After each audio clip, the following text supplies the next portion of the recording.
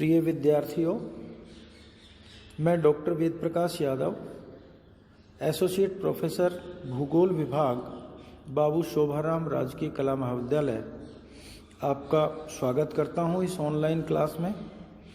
आज का हमारा जो ऑनलाइन व्याख्यान है, यह व्याख्यान बीए पार्ट फर्स्ट के विद्यार्थियों के लिए है और बीए पार्ट फर्स्ट के विद्यार्थियों को आज इस व्याख्यान में हम राजस्थान के भूगोल से संबंधित जानकारी देंगे। हमारा आज का टॉपिक रहेगा राजस्थान के भौतिक विभाग। तो आइए हम राजस्थान के भौतिक विभागों को लेकर के आज जानकारी प्राप्त करते हैं इस वीडियो में। राजस्थान भारत का क्षेत्रफल की दृष्टि से सबसे बड़ा राज्य है। भौगोलिक दृष्टि से यदि हम देखें तो राजस्थान में विभिन्न प्रकार के भौतिक स्वरूप दिखाई देते हैं। जहाँ एक ओर राजस्थान में मैदान है तो दूसरी ओर इसके अंतर्गत पहाड़ी और पठारी भाग हैं और साथ ही साथ राजस्थान के विशाल भाग पर एक रेतीला मरुस्थल स्थित है जो थार के मरुस्थल के नाम से जाना जाता है। तो ये चारों ही प्रकार की जो भौतिक विविधताएं हैं, भौतिक स्वरूपगत जो विविधताएं हैं, जटिलताएं हैं, ये राजस्थान में पाई जाती हैं और इन विविधताओं के आधार पर राजस्थान को 4 भौतिक विभागों में विभाजित किया जाता है। इन चारों को हम बारी बारी से अध्ययन करेंगे।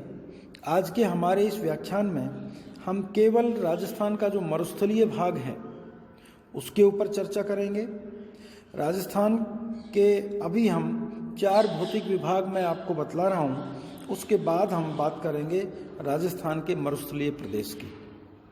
तो राजस्थान के जो 4 प्रमुख भौतिक विभाग भूगोलवेत्ताओं ने किए हैं, उनमें पहला विभाग है पश्चिमी मरुस्थलीय प्रदेश और पश्चिमी मरुस्थलीय प्रदेश के बाद दूसरा जो विभाजन किया है वह अरावली श्रेणी या अरावली श्रेणी का पहाड़ी प्रदेश, ये दूसरा भौतिक विभाग है। तीसरा भौतिक विभाग है मैदानी प्रदेश और चौथा है दक्षिणी पूर्वी पठारी प्रदेश या हाड़ौती पठार के नाम से भी जिसको जानते हैं। तो ये 4 भौतिक विभाग मुख्य रूप से हमारे हैं। अब हम राजस्थान के पश्चिमी मरुस्थलीय प्रदेश का आज इस व्याख्यान में विस्तृत अध्ययन करेंगे, विस्तृत चर्चा इसके ऊपर हम करेंगे। पश्चिमी मरुस्थलीय प्रदेश को हम 2 भागों में विभाजित करते हैं भौतिक दृष्टि से। पहला है रेतीला शुष्क मैदान और दूसरा है अर्ध शुष्क मैदान या जिसको राजस्थान के बांगड़ के नाम से भी जाना जाता है। जो रेतीला शुष्क मैदान है, इसका जो पहला भाग जो मैंने आपको बतलाया, उसको भी हम पुनः 2 भागों में भौतिक विशेषताओं के आधार पर विभाजित कर लेते हैं। पहले को हम रेतीला मरुस्थल कहते हैं या बालुका स्तूप युक्त प्रदेश कहते हैं और दूसरे प्रदेश को हम कहते हैं बालुका स्तूप मुक्त प्रदेश या पथरीला प्रदेश, पथरीला मरुस्थल। और ठीक इसी प्रकार से जो अर्ध मरुस्थल, अर्ध शुष्क मैदान वाला भाग है, उसमें हम इसके 4 विभाग करते हैं। लूनी बेसिन, जिसको गोडवार बेसिन के नाम से भी जानते हैं। दूसरा आंतरिक जल प्रवाह प्रदेश या इसे हम कहें शेखावाटी प्रदेश। तीसरा जो इसके मध्यवर्ती भाग में है नागौरी उच्च प्रदेश और चौथा है घग्गर प्रदेश जो इस मैदान के उत्तरी भाग में स्थित है। तो ये 4 मुख्य भाग हैं अर्ध शुष्क मैदान के और 2 मुख्य भाग हमने बताया आपको रेतीला शुष्क मरुस्थल के। अब इनकी हम डिटेल्ड जानकारी आपको देते हैं। जो हमारा पश्चिमी मरुस्थल प्रदेश है, यह राजस्थान के पश्चिम में स्थित है, इसीलिए इसके साथ जुड़ा पश्चिमी मरुस्थलीय प्रदेश। ये संपूर्ण राजस्थान की दृष्टि से देखें तो राजस्थान का लगभग 61-62% भाग, 61.11% सामान्यतः इसका एरिया मानते हैं। तो लगभग ये 61% भाग के ऊपर विस्तृत है राजस्थान के। यह जो मरु प्रदेश है, यह अरावली जो इसकी मध्यवर्ती भाग है, पहाड़ी भाग है, उसके उत्तर पश्चिम में और इसके पश्चिम में फैला हुआ प्रदेश है। भूगर्भ शास्त्र की दृष्टि से भूगर्भ शास्त्रियों ने इसके अध्ययन करने के बाद बतलाया है कि इस मरु प्रदेश में इयोसीन और प्लीस्टोसीन काल के शुरू में इसमें विस्तृत टैथिस सागर था, जिसके अवशेष अलग अलग शैल समूहों में मिलते हैं। इसे थार मरुस्थल के नाम से जाना जाता है और इसे ग्रेट पेलियो आर्कटिक अफ्रीकी मरुस्थल का पूर्वी भाग माना जाता है। भूवैज्ञानिकों ने इसको थार मरुस्थल को ग्रेट पेलियो आर्कटिक अफ्रीकी मरुस्थल का ही पूर्वी भाग माना है। ये एक महत्वपूर्ण बात हो जाती है हमारे लिए। और जो ये विशाल मरुस्थल जो माना गया है ग्रेट पेलियो आर्कटिक अफ्रीकी मरुस्थल, इसका विस्तार अफ्रीका के सहारा से आरंभ होता है और फिर सीरिया, अनातोलिया, अरब, ईरान और वहाँ से पाकिस्तान होता हुआ भारत का ये जो थार मरुस्थल है यहाँ तक होता है। राजस्थान में यदि हम इसकी बात करें तो राजस्थान में थार के नाम से जाना जाता है। इससे मिलता जुलता ही भूभाग पंजाब, हरियाणा और गुजरात में भी ये विस्तृत है। पाकिस्तान में यदि हम देखें तो पाकिस्तान में इसको चोलिस्तान के नाम से जाना जाता है। थार के मरुस्थल से जुड़ा हुआ जो मरुस्थलीय प्रदेश पाकिस्तान में है उसको चोलिस्तान के नाम से जाना जाता है। अनेक भूवैज्ञानिक साक्ष्य हैं जिनसे ये मालूम चलता है कि वर्तमान पश्चिमी राजस्थान का जो भूभाग है वो पर्मो कार्बोनिफेरस काल में समुद्र से आच्छादित था, जिसके प्रमाण हमें जुरैसिक और इसके बाद के कालों के भी जो सामुद्रिक तलछट हैं उनके अध्ययन करने से मिलता है। उनका जब भूवैज्ञानिक अध्ययन किया जाता है तो इस तरह के प्रमाण हमें प्राप्त होते हैं। और समुद्र पीछे हट गया, उसके बाद काफ़ी समय तक पहले नम और फिर शुष्क स्थितियों से ये क्षेत्र जुड़ा रहा। प्लीस्टोसीन काल के अंतिम हिमनदीय अवधि के बाद की बात यदि करें तो उस समय पश्चिमी राजस्थान में निर्जलीकरण की प्रक्रिया पूरी हो गई और ये सतत और लंबी शुष्कता के कारण यहाँ एक मरुस्थलीय स्थिति उत्पन्न हो गई, रेत का निर्माण हो गया और मरुस्थल का निर्माण हो गया। यदि विस्तार की दृष्टि से हम देखें तो ये भाग लगभग 640 किलोमीटर लंबाई में, जो उत्तर से दक्षिण इसकी लंबाई है, या उत्तर पश्चिम से दक्षिण पूर्व कह लें, और पूर्व से पश्चिम की ओर देखें तो 300 किलोमीटर की चौड़ाई में ये फैला हुआ है। अक्षांशीय दृष्टि से आप बात करें तो अरावली पर्वतमाला के पश्चिम में हम जो ही जाते हैं वैसे ही 25 डिग्री से 30 डिग्री उत्तरी अक्षांश के बीच में और 69 डिग्री 30 मिनट से 76 डिग्री 45 मिनट पूर्वी देशांतर के बीच के क्षेत्र में इसका विस्तार पाया जाता है।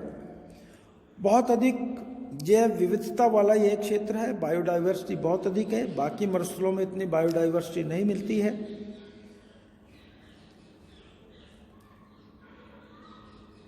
अरावली के सहारे यदि हम 50 सेंटीमीटर संवर्षा रेखा की बात करें तो इसके जो पश्चिम वाला भाग है वहाँ पर इस मरुस्थल की स्थिति हमें दिखाई देती है। न्यून वर्षा है, उच्च तापमान है, वाष्पीकरण की मात्रा अधिक है उच्च तापमान के कारण। ये सारी ऐसी भौतिक दशाएं हैं जिनके कारण यह प्रदेश रेतीला बन गया है और वनस्पति का अभाव इसमें पाया जाता है, कमी पाई जाती है। इस प्रदेश में कहीं कहीं छोटी छोटी पहाड़ियाँ भी बीच में दिखाई देती हैं, चट्टानी सतह भी दिखाई देती है जो बिल्कुल धरातल के ऊपर भी हमें मिलती है।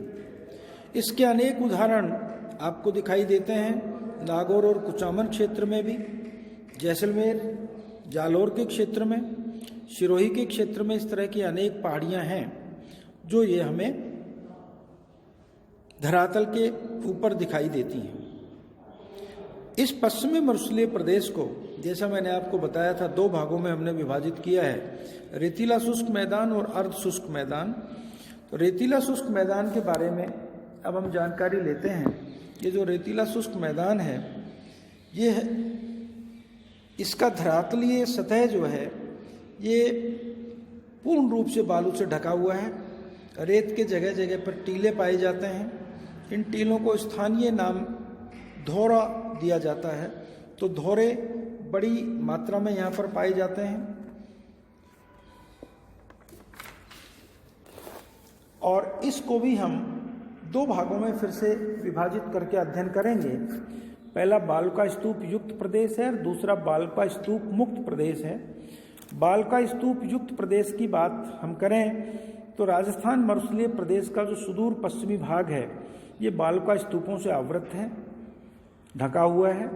इस प्रदेश में बालुका स्तूप एक विशिष्ट भूआकृतिक लक्षण है जो इस संपूर्ण मरुस्थल के लगभग 80% भाग पर विस्तृत है। इस क्षेत्र को हम महान भारतीय मरुस्थल के नाम से भी जानते हैं। इसके अंतर्गत राजनीतिक दृष्टि से देखें तो बीकानेर, जैसलमेर, बाड़मेर, जोधपुर और चूरू के जो पश्चिमी भाग हैं वो शामिल हैं। यहाँ जो बालुका स्तूप पाए जाते हैं वो वायु अपर्दन और निक्षेपण का प्रतिफल हैं, जो मार्च से जुलाई तक जो ग्रीष्म ऋतु होती है उसमें सर्वाधिक मात्रा में यह अपर्दन और निक्षेपण का कार्य यहाँ पर होता है और इसी से इन बालुका स्तूपों की रचना होती है। बालुका स्तूप भी यहाँ एक प्रकार के नहीं पाए जाते हैं। बालुका स्तूपों में पुराने और नवीन दोनों ही प्रकार के होते हैं। इनकी ऊंचाई 1 मीटर से लेकर के 60 मीटर तक मापी गई है। नए बालुका स्तूप हैं वो 2 से 8 मीटर तक साधारणतः ऊंचाई वाले होते हैं। स्तूपों का वर्गीकरण किया गया है। ये जो स्तूप हैं उनको वायु की दिशा, आकार, प्रकार, रूप और वनस्पति आवरण के आधार पर इनका विभाजन किया गया है 4 भागों में। इनका विभाजन अनुदैर्ध्य स्तूप या जिनको हम पवन अनुवर्ती बालुका स्तूप भी कह सकते हैं। दूसरा बरखान या जिनको अर्धचंद्राकार बालुका स्तूप नाम दिया जाता है। इनकी आकृति अर्धचंद्राकार होती है। अनुप्रस्थ बालुका स्तूप हैं और फिर तारा बालुका स्तूप। 4 प्रकार इसके माने जाते हैं। अगर हम बात करें पवन अनुवर्ती बालुका स्तूप या रेखीय बालुका स्तूप या अनुदैर्ध्य बालुका स्तूप का, तो इस प्रकार के जो स्तूप हैं उनमें लंबी धुरी वायु की दिशा के समानांतर होती है। प्रचलित हवाएं उत्तर पूर्व से दक्षिण पश्चिम की ओर चलती हैं। शीफ इसका एक विशिष्ट उदाहरण पाया जाता है। इन स्तूपों की ऊंचाई 10 से लेकर के 60 मीटर तक पाई जाती है। दूसरा प्रकार बरखान है। इनकी आकृति अर्धचंद्राकार होती है। आकार में इनकी जो ऊंचाई की बात करें तो 10 से 20 मीटर तक होती है और चौड़ाई 100 से 200 मीटर तक पाई जाती है। जैसलमेर, बाड़मेर में जहाँ अधिक शुष्कता है वहाँ इनकी संख्या सर्वाधिक पाई जाती है।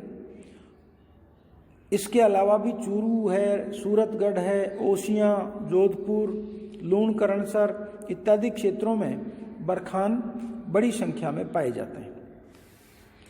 अनुप्रस्थ बालुका स्तूप जो हैं ये पवन की दिशा के समकोण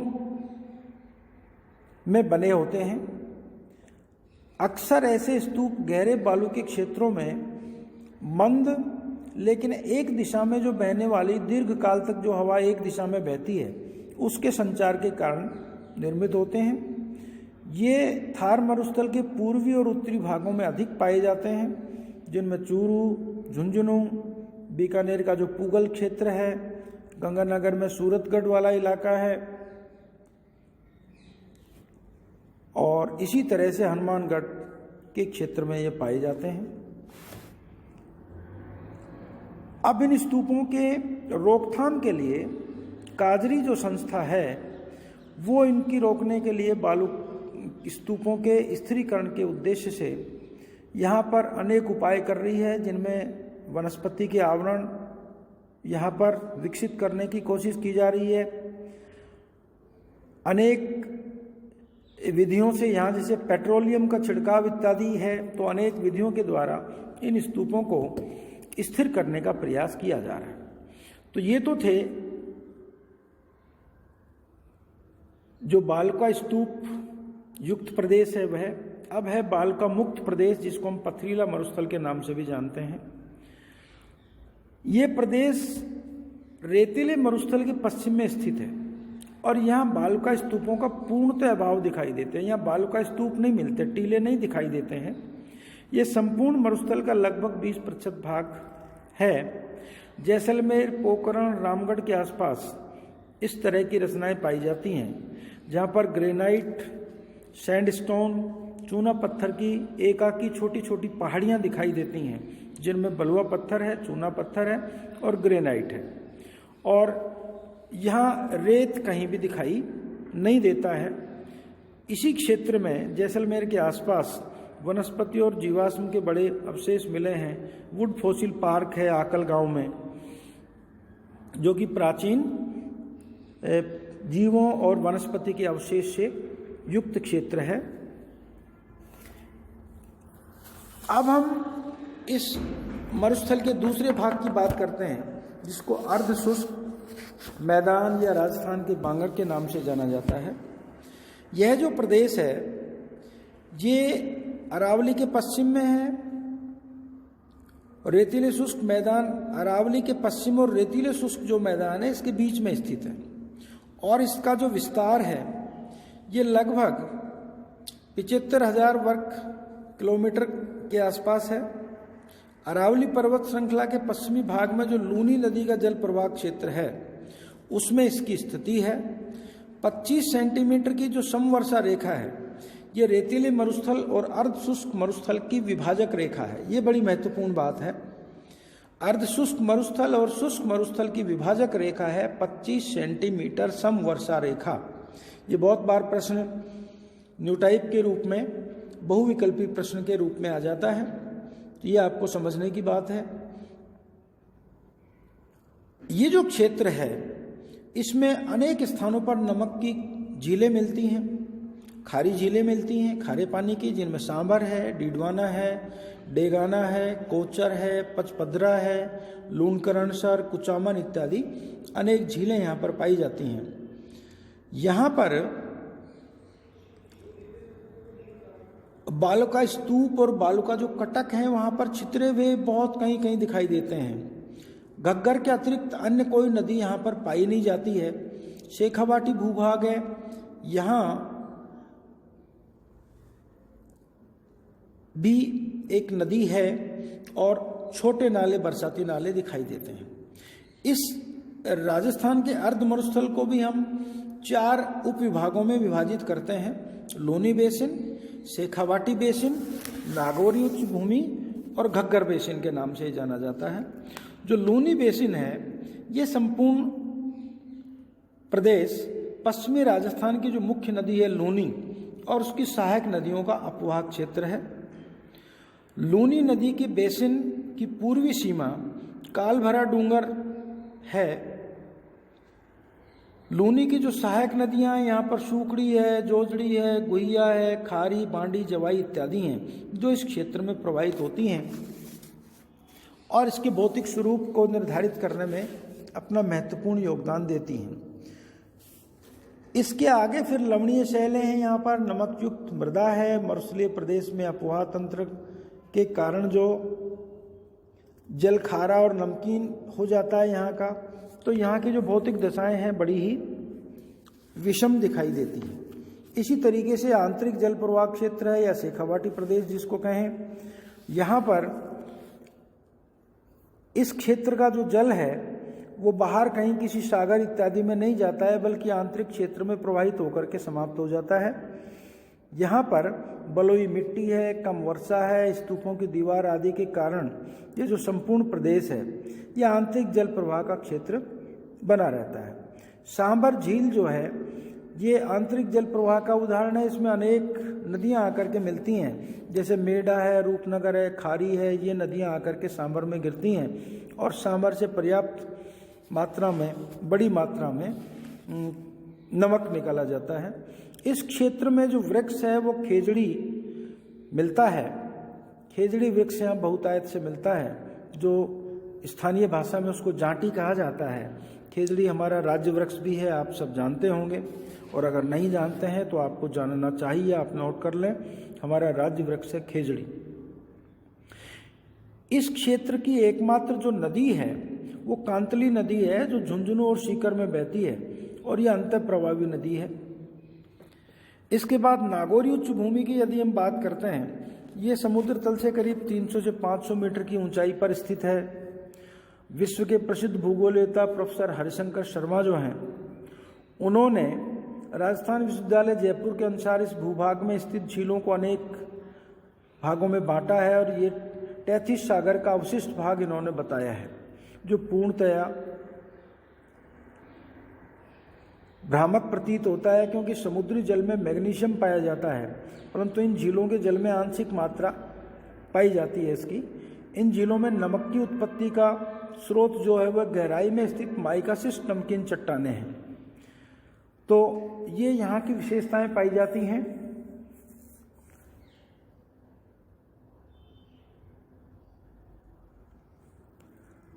इसके अलावा घग्गर का मैदान है। इस मैदान का निर्माण घग्गर, सतलज, वैदिक सरस्वती, चोतांग इत्यादि नदियों के द्वारा लाई गई जलोढ़ मिट्टी द्वारा हुआ है। ये सभी नदियां हिमालय से निकलती हैं और इस प्रदेश में क्वाटरनरी कल्प में प्रवाहित होती थी।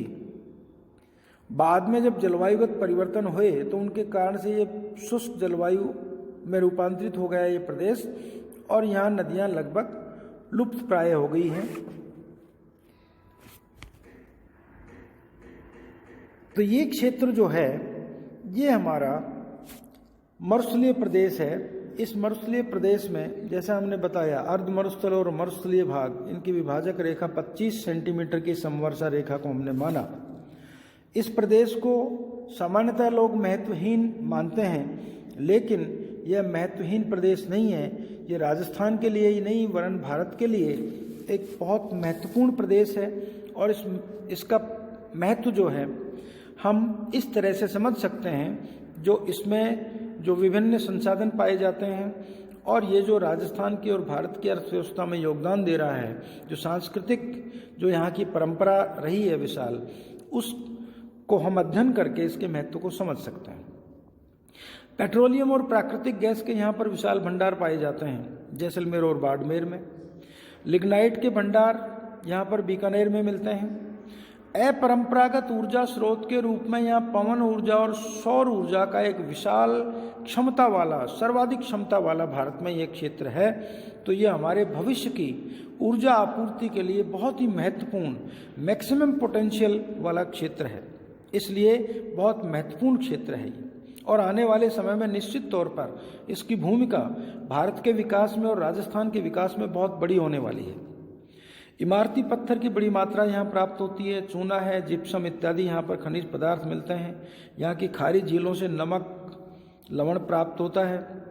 जैव विविधता की दृष्टि से अगर देखें तो यहाँ पर जैव विविधता भी पाई जाती है बड़ी मात्रा में, और राष्ट्रीय मरु उद्यान में विभिन्न और कई विचित्र प्रजाति के जीव यहाँ पर मिलते हैं।